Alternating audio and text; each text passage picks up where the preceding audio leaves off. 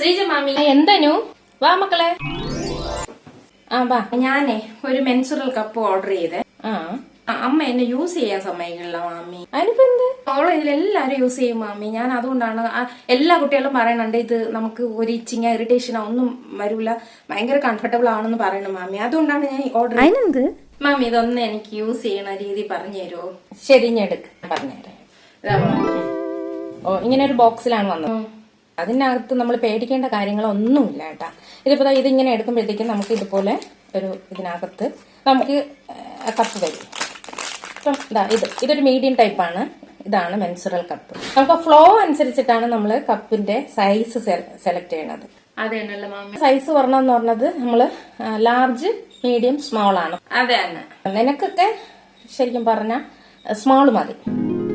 കുട്ടികൾക്ക് ഫീഡിംഗ് ബോട്ടിൽ കൊടുക്കുന്ന നെബിളുണ്ടല്ലോ, അതിന്റെ ഒരു മെറ്റീരിയൽ പോലെയാണ് ഇത്. ഭയങ്കര സോഫ്റ്റ് ആണ് ഇത്. അവിടെ ഇവിടെയും കിരിക്കൊള്ളേ അങ്ങനെ ഒന്നുമില്ല.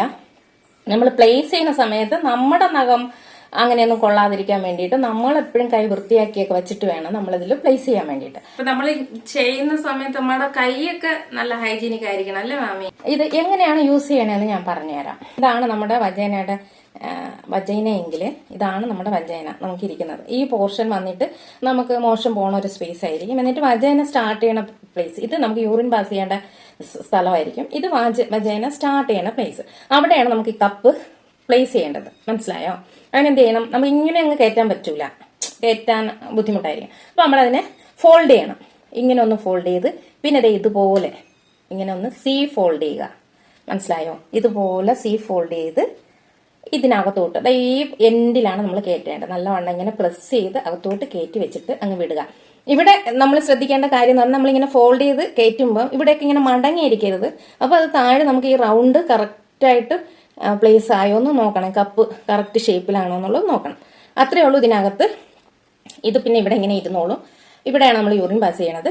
അതുകൊണ്ട് അതിനൊന്നും പ്രശ്നമൊന്നും വരൂല. ഇതിവിടെ ഇങ്ങനെ ഇരുന്നു നമ്മൾ നല്ല റിലാക്സ് ചെയ്തിരുന്ന് പതിയെ ചെയ്താൽ മതിയല്ലോ മാമി, വേറെ കുഴപ്പമില്ലല്ലോ. ഫ്ലോ ഇപ്പൊ നമുക്ക് രണ്ടാമത്തെ പീരീഡ്സ് ആയി രണ്ടാമത്തെ ദിവസം ആയിരിക്കുമല്ലോ ഫ്ലോ കൂടുതലുള്ളത്. അപ്പൊ നമ്മളൊരു 2 മണിക്കൂർ അല്ലെങ്കിൽ 3 മണിക്കൂർ അല്ലെങ്കിൽ നമ്മൾ യൂറിൻ പാസ് ചെയ്യുന്ന സമയത്താ അങ്ങനെ നമ്മൾ ടോയ്ലറ്റ് പോണ സമയത്തൊക്കെ ഒന്ന് എടുത്ത് ക്ലീൻ ചെയ്തിട്ട് നമ്മളങ്ങ് വീണ്ടും ഫിക്സ് ചെയ്ത് വെച്ചാൽ മതി. പിന്നെ നമുക്ക് പീരീഡ് സമയത്ത് അതായത് 2, 3 അല്ലെങ്കിൽ 4 ദിവസമായിരിക്കും നമ്മളിത് വെക്കുന്നത്. 4 ദിവസമൊക്കെ നമുക്ക് ഉണ്ടാവുള്ളൂ. മാക്സിമം നോർമൽ ആണെങ്കിൽ 3 ദിവസമൊക്കെ നമുക്ക് ബ്ലീഡിങ് ഉണ്ടാവുള്ളൂ. അപ്പം ബ്ലീഡിങ് ഉണ്ടായിരുന്ന സമയത്ത് ഈ 2-3 ദിവസമൊക്കെ നമ്മൾ എടുക്കുന്ന സമയത്ത് അപ്പോഴെപ്പോഴാ സ്റ്റെറിലൈസ് ചെയ്യേണ്ട ആവശ്യമൊന്നുമില്ല. നമുക്ക് എപ്പോഴും ചൂടുവെള്ളത്തിലിട്ടൊന്നും എടുക്കണ്ട. നമ്മൾ നോർമൽ വാട്ടറിൽ കഴുകിയിട്ട് വെച്ചാൽ മതി. യൂസ് ചെയ്യണോണ്ട് എന്തെങ്കിലും കുഴപ്പമുണ്ടോ മാമി? വേറെ ഒന്നും ഇല്ലടാ, ധൈര്യപൂർവ്വം ചെയ്തോ. പിന്നെ ഇങ്ങനെ നമ്മൾ പ്ലേസ് ചെയ്ത് വെച്ച സാധനം തിരിച്ചെടുക്കണത് എങ്ങനെയാണെന്ന് വെച്ചാല് അപ്പം നമുക്ക് ഈ നെട്ടി പിടിച്ചിങ്ങനെ വലിക്കാൻ നിൽക്കരുത്. അത് ഒന്ന് നമ്മൾ റിലാക്സ് ആയി ടോയ്ലറ്റിൽ ഇരിക്കുമ്പോൾ തന്നെ ഇത് കുറച്ചിങ്ങനെ താഴോട്ട് വന്നിരിക്കും. അപ്പോഴത്തേക്കും നമ്മൾ ഇവിടെയല്ല ഈ പോർഷനിൽ ജസ്റ്റ് ഇങ്ങനെ ഒന്ന് പിടിക്കുമ്പോൾ തന്നെ ഇതിന്റെ ഗ്രിപ്പ് പോയി പതിയെ നമുക്കൊന്ന് വലിക്കുമ്പോൾ അതിങ്ങനെ ഇളകി വന്നോളും. വേറെ പ്രശ്നമൊന്നുമില്ല. അപ്പൊ ഇതിലിങ്ങനെ നമുക്ക് ബ്ലീഡിങ് ഉണ്ടായിരിക്കും. അതിനെ നമ്മൾ തന്നെ ടോയ്ലറ്റിലോട്ട് ഒഴിച്ചിട്ട് നല്ലവണ്ണം ക്ലീൻ ചെയ്യുക. ഇതിലിങ്ങനെ ബ്ലഡിന്റെ ഇതൊന്നും പിടിച്ചിരിക്കുക അങ്ങനെയൊന്നുമില്ല. നമ്മൾ വെള്ളം ഒഴിച്ച് കളയുമ്പോൾ തന്നെ അത് നല്ല ക്ലീൻ ആയി തന്നെ വരും. എന്നിട്ട് വീണ്ടും നമ്മൾ പ്ലെയിൻ വാട്ടറിൽ കഴുകിയിട്ട് തന്നെ നമ്മൾ എപ്പോഴും സ്റ്റെറിലൈസ് ചെയ്യേണ്ട ആവശ്യമില്ല. പ്ലെയിൻ വാട്ടറിൽ കഴുകിയിട്ട് തന്നെ വീണ്ടും നമ്മൾ ഇതുപോലെ ഫോൾഡ് ചെയ്ത് നന്നായിട്ട് കഴുകി എല്ലാം വൃത്തിയായതിനു ശേഷം വീണ്ടും ഇതുപോലെ ഫോൾഡ് ചെയ്ത് അകത്തോട്ട് പിടിച്ച് വയ്ക്കുക. നമുക്ക് ഈ പീരീഡ്സ് കഴിയണ സമയത്ത് അതായത് നമുക്ക് ഇനി ബ്ലീഡിങ് ഇല്ല, ഇനി അടുത്ത നെക്സ്റ്റ് മന്ത് മതി എന്നുള്ള സമയത്ത് നമ്മൾ ഇതിനെ എടുത്ത് കഴുകി നല്ലവണ്ണം സ്റ്റെറിലൈസ് ചെയ്ത് അതായത് നല്ല തിളപ്പിച്ച വെള്ളത്തിൽ ഇതിട്ട് നല്ലവണ്ണം ക്ലീൻ ചെയ്ത് നല്ല ഉണങ്ങിയതിന് ശേഷം അതിനെ എടുത്ത് ഒരു ശകലം വെള്ളത്തിന്റെ ഇത് കാണരുത്. കാരണം അകത്തിരുന്ന് പൂപ്പൊന്നും പറ്റാൻ പാടില്ല. ബോക്സിനകത്ത് തന്നെ ഇതുപോലൊരു ബാഗ് കാണും നമുക്ക്.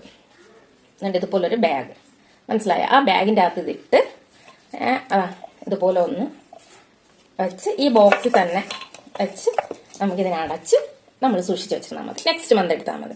പിന്നെ ഈ കുഞ്ഞു മക്കളുണ്ടല്ലോ, അതായത് 12, 13 അങ്ങനെയൊക്കെ, അതായത് ഇപ്പൊ മെച്ചുറാവണ ഒരു പ്രായമുണ്ടല്ലോ, ആ ഒരു സമയത്തൊക്കെ മക്കൾക്ക് ഇത് യൂസ് ചെയ്യാനെന്ന് വെച്ചാൽ അവർക്ക് ശരിക്കും ഇത് അങ്ങോട്ട് പ്ലേസ് ചെയ്യാനോ നമ്മുടെ ശരീരത്തിന്റെ വജൈന എന്താണെന്നോ അല്ലെങ്കിൽ അത് ഹോൾ എവിടെയാണെന്നോ എന്നുള്ള ഒരു അറിവ് ഉണ്ടായിരിക്കൂല. അങ്ങനെയുള്ള മക്കൾക്ക് നമുക്ക് അവർ തനിയെ ചെയ്യാനുള്ള ഒരു സമയം എത്തുന്നത് വരെ ഇത് യൂസ് ചെയ്യാതിരിക്കുന്നതായിരിക്കും നല്ലത്. കാരണം അവര് പ്ലേസ് ചെയ്ത് നഖവും അതൊക്കെ പെട്ട് ഇനി എന്തെങ്കിലും വരണ്ടെന്നുള്ളത് കൊണ്ടാണ്. അല്ലാതെ ഒരു 18 വയസ്സ് കഴിയുമ്പോൾ ഏകദേശം കുട്ടികൾക്ക് ഇതിന്റെയൊക്കെ ഒരു രൂപങ്ങളൊക്കെ അറിയാൻ പറ്റുന്നതായിരിക്കും. അപ്പൊ അവർക്ക് ഇത് യൂസ് ചെയ്യാം. എടേ ആനു, നീ ഇവിടെ വന്നിരിക്കണം. അതാ പറയുന്നത്. രമേ ഒന്ന് പറഞ്ഞോട് മാമി പ്ലീസ്. ശ്രീജ, നീ ഒന്ന് ആലോചിച്ച് നോക്ക്. എവളെ ഈ കാണിക്കണം. ഞാൻ എവളെ ഈ ഹോസ്റ്റലിലൊക്കെ വിട്ട് പഠിപ്പിച്ചത് ഇതിനാ. തന്നെ അറിയണമെങ്കിൽ എന്തിനായിരിക്കും അവൾ ഓരോ വൃത്തിയിട്ട കാര്യങ്ങളൊക്കെ. ഈ അമ്മയ്ക്ക് എന്തമ്മ പെണ്ണ, നീ മിണ്ടാന്നില്ലേ? നീ കുറച്ചു കിടന്ന് തുടിക്കരുത് കേട്ടാ. അമ്മയ്ക്ക് അറിഞ്ഞൂടാത്തണ്ടാണ്. ഈ കപ്പ ടിപ്പ നിബിള എന്തൊക്കെയോ ഓർഡർ ചെയ്ത് വെച്ചിരിക്കണം. ഞാൻ ഇവർക്ക് ഇഷ്ടത്തിന് പാഡ് വാങ്ങിച്ചു കൊടുക്കണല്ലേ. ഇവള് പിന്നെ എന്തിനാണ് ഈ വൃത്തിയിട്ട കാര്യങ്ങളൊക്കെ ചെയ്യുന്നത്? ഇന്ന് പറഞ്ഞോട് മാമി. എന്താ ചേച്ചി ഇത്? ചേച്ചി കുടുംബത്തിൽ പിറന്ന പെണ്ണുങ്ങൾ ആരെങ്കിലും ഇങ്ങനെ ചെയ്യുവാണേ? കുടുംബത്തിൽ പിറന്ന പെണ്ണുങ്ങൾ യൂസ് ചെയ്യുന്നവരാരും കുടുംബത്തിൽ പിറന്നതല്ല. കുടുംബത്തിൽ പറഞ്ഞവർക്കൊന്നും ഇതൊന്നും വരൂലേ? ഇത് കേൾക്കുമ്പോഴാണ് ഈ ദേഷ്യമാണ് മാമി. നാക്ക് കാണിക്കാതെ ശ്രീജയ്ക്ക് കേൾക്കണോ? എവള് എന്തൊരു സാധനമാണെന്ന് എന്റെ അടുത്ത് പറഞ്ഞില്ല. ഞാൻ എന്തിനേതെന്നറിയാമോ? ഈ ചെറുക്കം വന്നപ്പോ ഞാൻ ചോദിക്കണം, ഇത് എവള് എന്നെ പറഞ്ഞിട്ടുണ്ട് ഓൺലൈനിൽ എന്തെങ്കിലും വന്നാ പൊട്ടിച്ചു നോക്കണം. അങ്ങനെ ഞാൻ ഇത് പൊട്ടിച്ചു നോക്കിയപ്പോ എനിക്ക് എന്തായിരുന്നു മനസ്സിലായില്ല. ഞാൻ എന്തിനേതെന്നറിയാമോ? ആ ചെറുക്കൻ്റെ കൂടെ ചോദിക്കണം. അപ്പൊ ഇത് എന്തായിരുന്നു?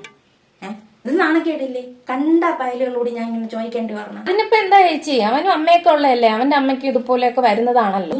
നോക്ക്, ഇങ്ങനെയൊക്കെ ചെയ്യണ പെണ്ണാണെന്ന് പറഞ്ഞാൽ അതെങ്കിലും കല്യാണ ആലോചനകൾ വരൂ. ഇത് കല്യാണം തമ്മിൽ എന്ത് ബന്ധം അമ്മ? ആര് കല്യാണം കഴിക്കൂല എന്ന് ചേച്ചി? ഇത് എന്തോന്ന് ചേച്ചി? വല്ല ബ്ലണ്ടറും വിളിച്ച് പറയാതെ. അവള് പുറത്തൊക്കെ പോയി പഠിക്കണതൊക്കെ അല്ലേ? അവൾക്ക് ഇനി പുറത്ത് ജോലി ചെയ്യേണ്ട കുട്ടിയാണ്. അവളെ വെറുതെ ചേച്ചിയുടെ മണ്ടത്തരം കൂടെ പഠിപ്പിച്ച് വെക്കല്ലേ. നിങ്ങൾ രണ്ടുപേരും കൂടി ഇത് എന്തിനു പറയണത്? അല്ലെങ്കിൽ പിന്നെ എന്നെ ആരും കല്യാണം കഴിക്കണ്ട. കല്യാണം കഴിച്ചാലേ ജീവിക്കാൻ പറ്റുള്ളൂ. കണ്ട ഇവിടെ വർത്താനം കണ്ട അവൾ ഇങ്ങനെയാണ് പറയണത്. മോള് പോടാ. എനിക്കൊന്നും അറിഞ്ഞൂടാ. അപ്പൊ ഇത് കുഴപ്പമില്ലേ?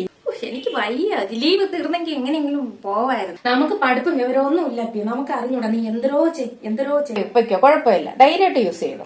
ഞാൻ യൂസ് ചെയ്യാം. എന്തെങ്കിലും ഡൗട്ട് ഉണ്ടെങ്കിൽ ഞാൻ മാമിയുടെ അടുത്ത് ചോദിക്കാം. ശരി, പിന്നെ ചേച്ചി വാ, എന്തെങ്കിലും ചെയ്യാം. ശരി, ഞാൻ പോണം. എനിക്ക് അടുപ്പില്ല. ഞാൻ മീൻ വിട്ടിട്ടാണ് ഓടി വന്നത്. ശരി, പോയിട്ട് മാമി. ശരി.